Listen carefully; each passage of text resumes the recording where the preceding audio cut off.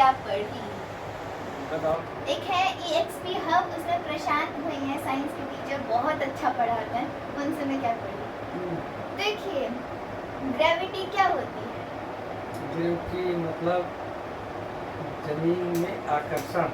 हाँ, attraction, force of attraction with another body. अगर मतलब यही है फोर्स का, यही फॉर्मूला है इसमें ग्रेविटी का कि force is directly proportional to the product of two mass. दो मास हैं, उनका जो प्रोडक्ट होगा वो डायरेक्टली प्रोपोर्शनल होगा फोर्स के। ये पूरा फॉर्मूला ऐसे अलग से बताए हैं।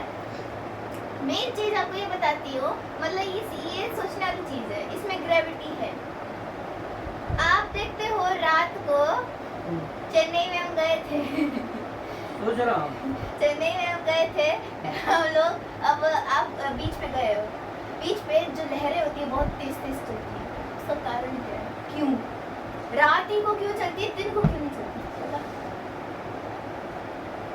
रात को गर्मी नहीं लगती है, इसमें तेज उठ जाती है।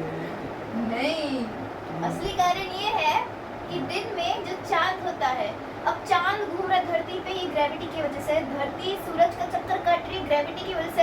हर जगह हम खड़े हैं, बैठे हैं, हर चीज रखी, सब कुछ ग्रेविटी की वजह से है। ये नहीं होता तो कुछ भी नहीं होता, सब उड़ रहे होते हैं यहीं पे।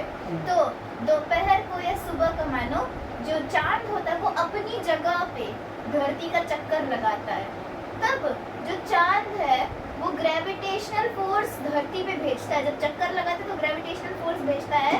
तो जो भी चीजें हैं, आपको मैं पहले ये बता दूं, जिसका मास, वजन सबसे ज्यादा होता है, अगर वो कोई फोर्स लगाए, ग्रेविटेशनल फोर्स या कुछ भी फोर्स लगाए, वो सबसे ज्यादा फोर्स लगाएगा कंपेयर टू जिसका फोर्स, जिसका मास जो है वो कम होता है।